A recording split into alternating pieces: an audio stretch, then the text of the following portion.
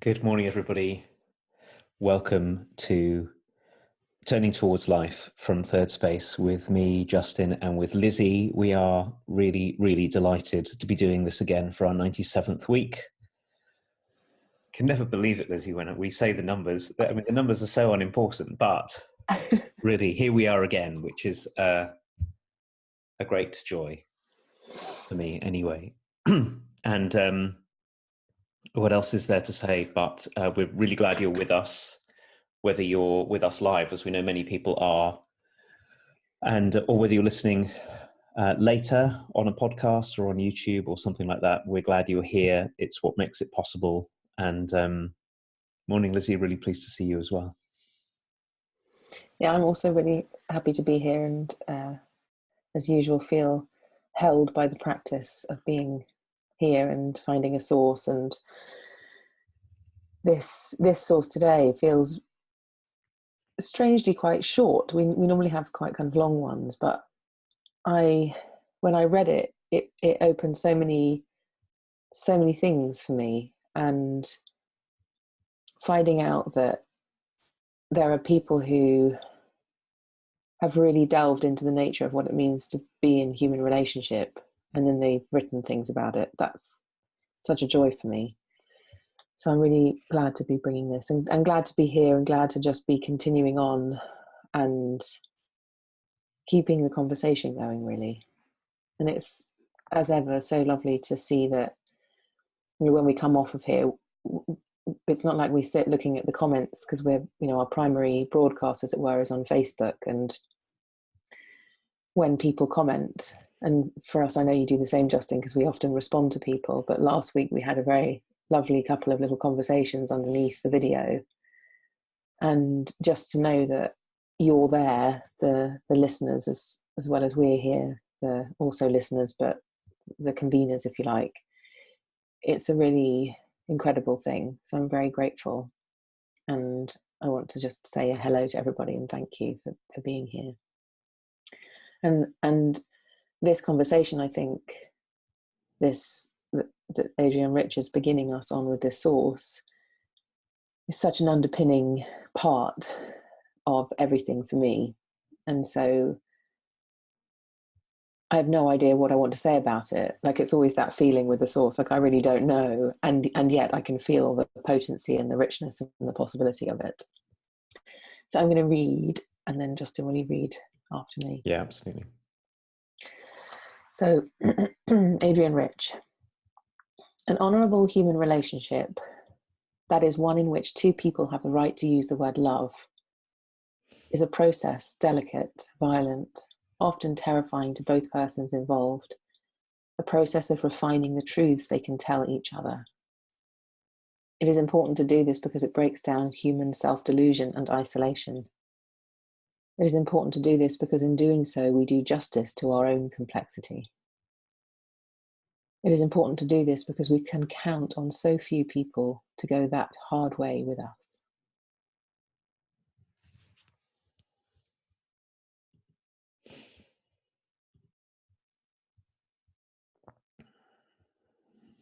An honourable human relationship, that is, one in which two people have the right to use the word love, is a process, delicate, violent, often terrifying to both persons involved, a process of refining the truths that they can tell each other.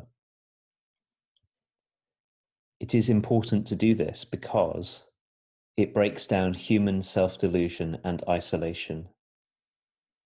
It is important to do this because in doing so, we do justice to our own complexity. It is important to do this because we can count on so few people to go that hard way with us.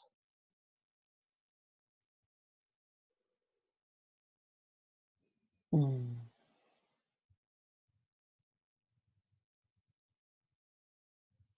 Mm-hmm. Oh, it's such an invitation. I feel, my goodness, it's so gorgeous. And the first bit, that when I was just having my eyes closed there and listening to you, Justin, the bit that really holds me is I've felt so many times my delusions and loneliness fall away because I've been challenged in relationship. Like many times it's so annoying that people say, well, actually, you're being like this. Or I think you need to rethink that because I think you're off or you're being mean or judgmental or whatever it is. And I think the strength of that challenge often comes more intense somehow for me the closer the relationship is. Like the more the relationship means to me, the deeper the inquiry becomes somehow. And I feel like there's a way that we could just reference ourselves. Like there are certain ways that I could think, well, I'm right about everything, or I know what I'm doing, or whatever. And then the realm of relationship kind of gives me a relative check as to whether I'm being real or not.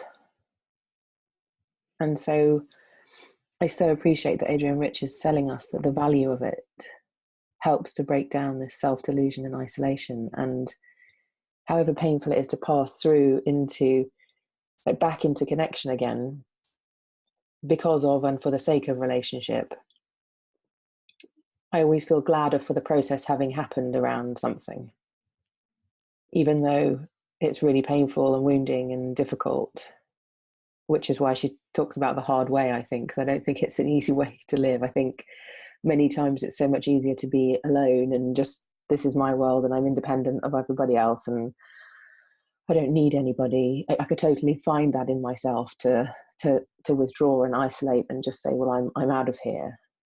And yet the value of the relationship keeps me coming back to something. It's worth something, and therefore something deeper can come because the relationship is worth something to me, that I would do the work inside of me to come back into the room again rather than just run away or say, forget this, I'm not doing it anymore. I so know that feeling of wanting to run, Lizzie, when you say it that way. And I know one of the things I've learned from being in conversation with you is what can happen when you tell the truth. So you're someone in the world who I know is a truth teller. And I'm saying that to you and, of course, saying that to everyone because I realised as you were talking what a big and terrifying deal everything that Adrienne is writing about here has been for me. So I so recognise the apparent safety of withdrawing. And I've been looking more and more recently actually about how I suppose many of us found ourselves in the world this way, how for years and years and years self-evident it was for me never to risk doing or saying anything that would upset or trouble another human being. Like the way to be in the world is to never cause any ripples and then I'll be safe. And consequently, what came with that was trying to organize myself and organize my relationship so that nobody would ever cause ripples with me. So it was like a sort of two-way deal, which is I promise to live in such a way that I won't ever upset you or say anything that could be edgy or truthful or, really truthful. And I demand at the same time that you never say anything that ruffles or riles me. And it, goodness, Lizzie, for decades of my life, that felt like it was like obvious that that's the way it should be. And the idea that anybody would ever tell me the truth about myself was just terrifying. And I suppose because my big fear was that's when I'll find out how inadequate I am. And that's when I'll find out how unloved I am. And I'll find out that the secret thing that everybody isn't telling me that I don't want to hear is my complete awfulness. So let's just live a life where that can never, ever, ever show up. Yeah. And it is such a lonely place to live. It's such a far away place to live. And it's also such a fearful at least my experience of it was, and sometimes still is, but much more was, what a way to live where we are terrified all the time that if someone opens their mouth and speaks to us, like if somebody opens their mouth and speaks to me about me, I'll disappear, I'll die. And that's one of the reasons there's so many things I love about what Adrian Rich has written here, but one of them is this part that you were pointing to, which is being able to say something about the necessariness of being truthful with one another. And that is the only way we get to say that we love and are loved by someone, is really when we can find a way to be truthful. But also it's hard, yes, but it's also delicate, well, and it's terrifying, yes. And it's how we undo our isolation from one another. And it's how we find our realness with one another. And I suppose I'm saying all of this in this way because it took me, oh my goodness, just the longest time to feel any possibility of breaking out of, or being helped to break out of, this kind of shell of safety, to really be in contact. And everything from inside that shell of apparent safety was so tentative and so fragile. Because it's like being encased in a, I don't know, a glass cocoon or something. I shouldn't say anything, and don't touch me. And life is really hard to live. So there's something extraordinarily life-giving and love-filled in learning to say truthful things about ourselves and about one another, and learning to hear truthful things. And I don't know that it ever stops being hard, but my experience has been that it does become safer and safer to be a human when we can do that. Yeah, and I think, what you're saying draws me to the line of this way that Adrian Rich says what it is to be in a relationship is that it's a process of refining the truths we can tell one another. I mean, that's so genius to me, because of course in all relationships there's a way I think, well, I could say that, but I definitely can't say that. And I've been known to write letters, and my husband says to me, no, you really can't send that letter, when I feel something really strongly, and it feels like writing it down might be the best way to say it. And then the complexity of being in a family and all those things, sometimes I also have to let go. Like in the refinement, there's also a letting go of saying what feels true to me, because there's a complex cost involved in doing that. And it is a process of refining things. And I feel very glad to feel that lots of the relationships that I do have, I've been refining things a lot, and therefore it feels I have a lot of safety in my relationships. But there are also some relationships where my truth telling hasn't been refined at all.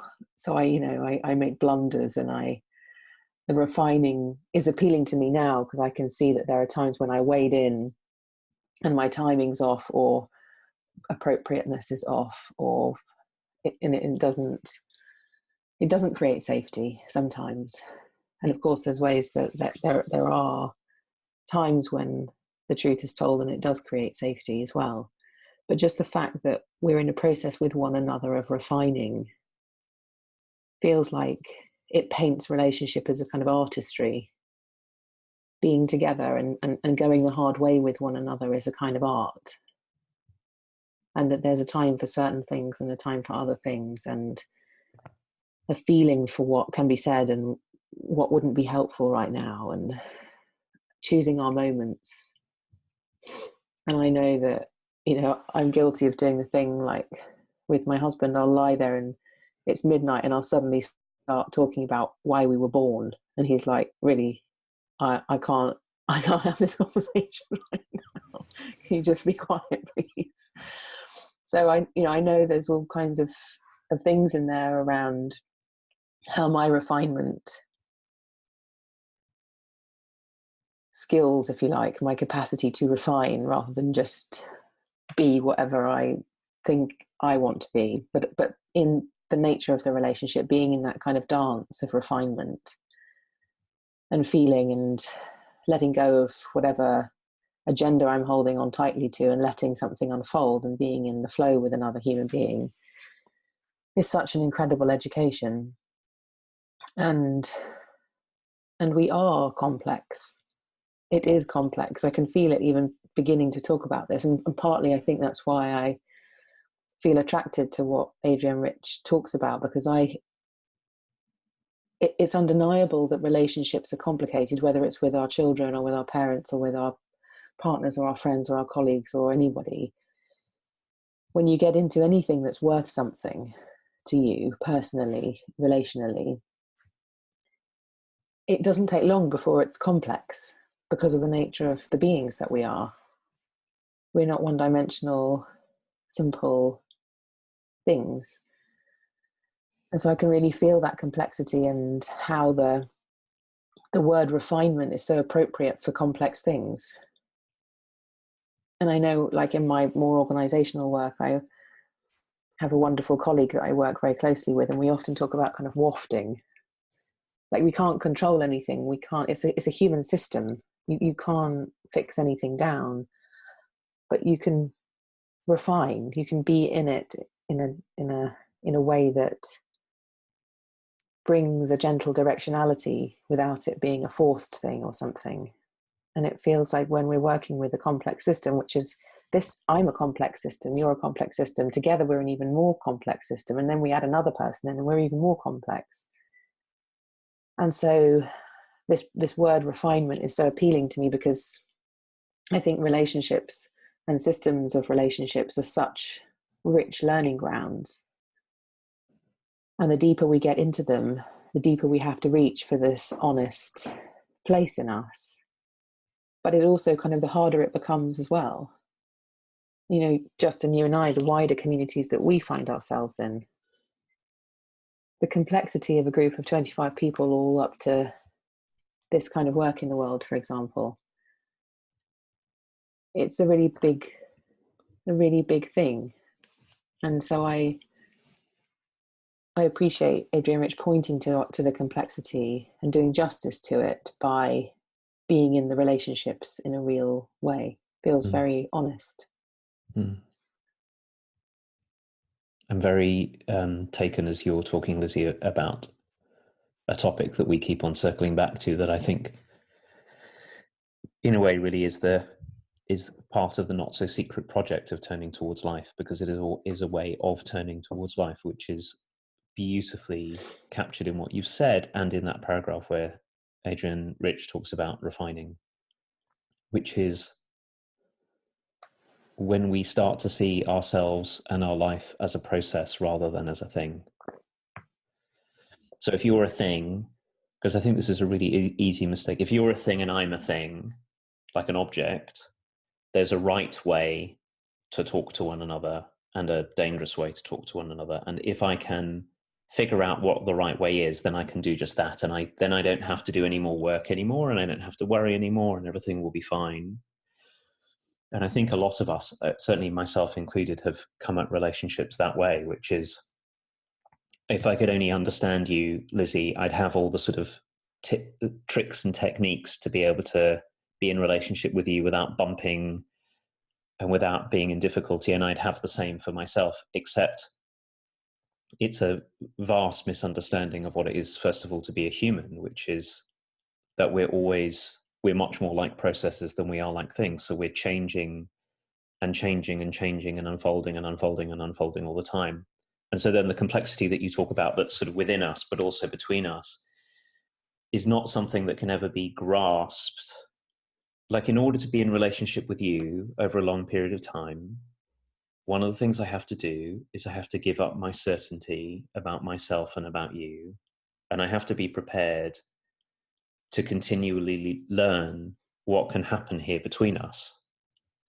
And I'm, thinking about that in my knowing you for a long time and being in this conversation, but I'm also thinking about it in my own relationship with Davina, who I'm married to. And I'm thinking, we've been together for 30 years, since we were in our teens. And one of the things for me that has made this possible and deep and rich and real has been giving up on the idea that I really have any idea what's going on.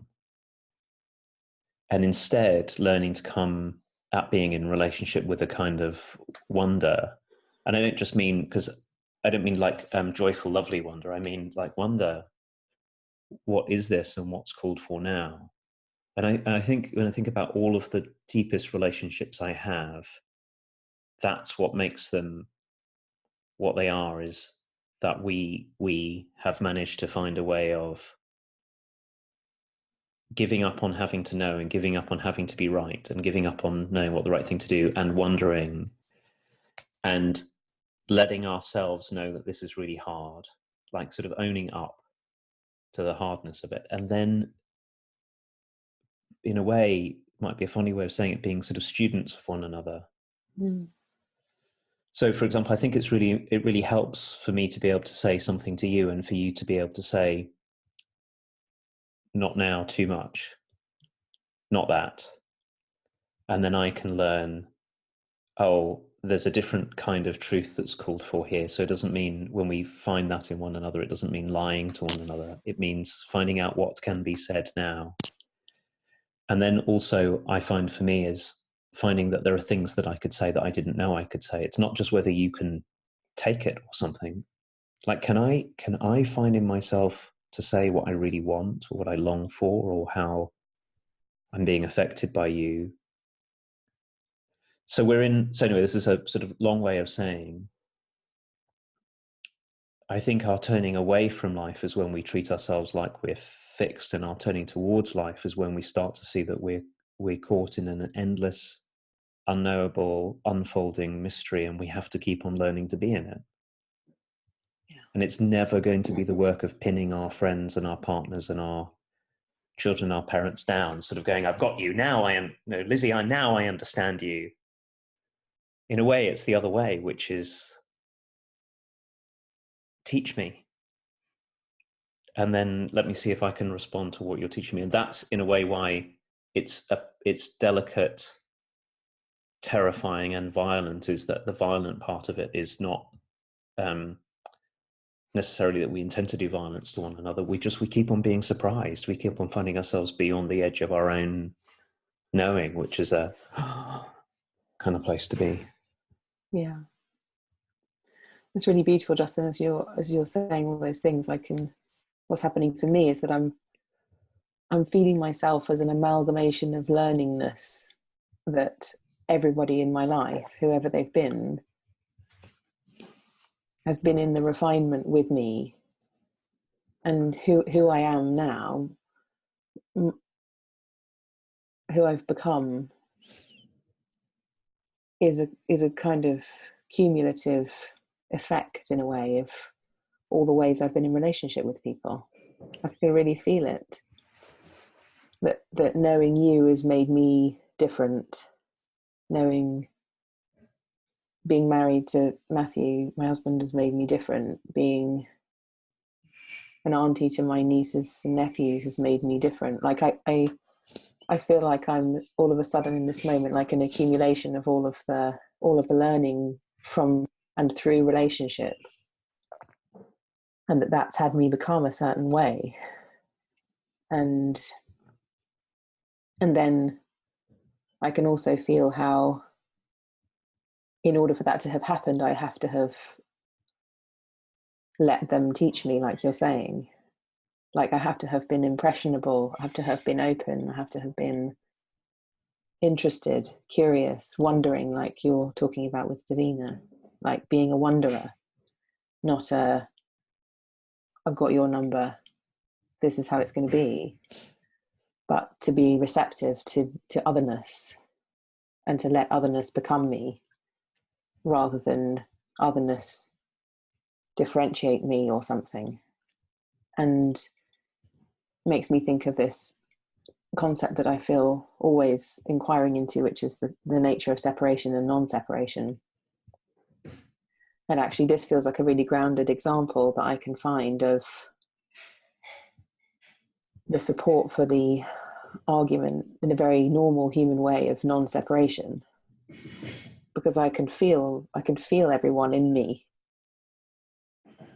I don't feel separate from everyone in that inquiry. I feel, oh, everyone's here, and my way of being in the world, and what I've learned and accumulated, and I will continue to learn and accumulate as experiences and understandings and feelings, is a huge big soup of everyone having been loved by and loving, and sometimes not loving, and sometimes disliking, and all the things. It's an accumulation that feels like it's a big who, has a big who quality in me, like who I am feels like it gets refined by the nature of the relationships I hold, and the people, and who they are, and what they're like, and what gets said and what doesn't get said. So I'm feeling that really strongly now, that it's a way of articulating this non-separation that's feels like an ongoing, compelling question to me. I think this is such an important topic, and such a giant one, and it's one that's really, in a way, really hard to talk about, because our everyday common experiences of ourselves is that, well, I am this, I'm this, I know myself this way, I am this fixed thing. And what you're pointing out so clearly is that we are not like that. We're much more fluid than that. We're changing all the time, but we're not just changing all the time like on our own. We're changing all the time because of who we're in relationship with and how we're in relationship with them. And sometimes it's really hard to see that we're changed by our relationship with the people who are in close, and with the people with everyone. And I suppose that's my way of hearing the center of what you're saying, Lizzie, is that we're really made of relationship. And that's why what Adrienne Rich is writing about is so desperately and deeply important, because if we're made of relationship, then how we are in relationship deeply shapes what's possible for us and who we can be. So there's this way of, I was talking about, that I had come to know, of sort of trying to stay really, really, really safe by never ruffling anything. Turns out that the great suffering in it for me was feeling so afraid, as I said before, and feeling so far away, that makes us, even our attempts to stay away. There's a beautiful line we read something about Alan de Botton last week from The Course of Love, and there's this amazing part in that same book where he says the big mistake that people make when they're in intimate relationships with other people is we think that we are, so say you're married to someone, we think we're married to a fixed thing, and then we get really, really, really annoyed and frustrated when they turn out not to be, or no longer to be, the way that we imagined them. And he said, so the big cognitive error there is, you have to remember that what you're in relationship with is not a fixed set of qualities. You're in relationship with life. And so the move from demanding that you be a particular way and that I be a particular way, to knowing ourselves in relationship as being in relationship with life. And so we're both being changed all the time by our interactions. And our job, our work, if we want to remain in relationship in an honorable, I love this word, honorable, is to know that, and is to keep walking a path together with ever more attention to what's truthful, because that is how we will find ourselves ever more truthful with ourselves and with life as well. So this whole point that you're making about we shape one another, so we can do this, we humans can do this together. And I've said this lots of times, but it seems really, really true to me that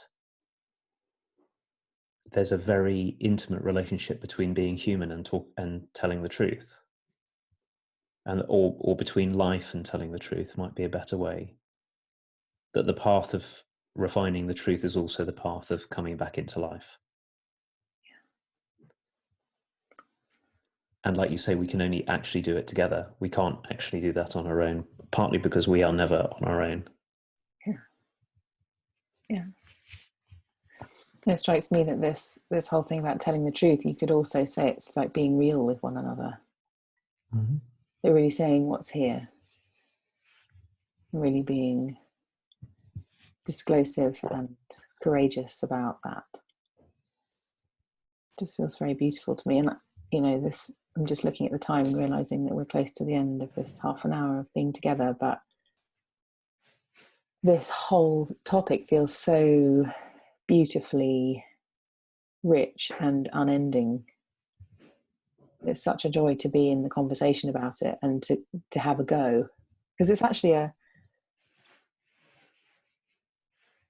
like we're saying, we're complex. To talk about the complexity is a complex thing too, and to find a way of being clear and to find a way of being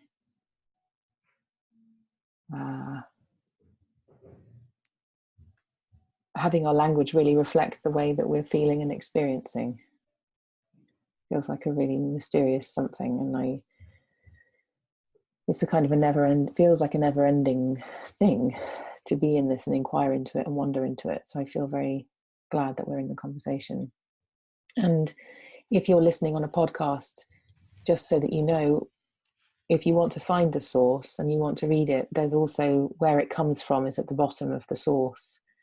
And there's also a mention of a book by Adrienne Rich called On Lies, Secrets and Silence that comes from 1966 to 78, a kind of prose from that time in her life.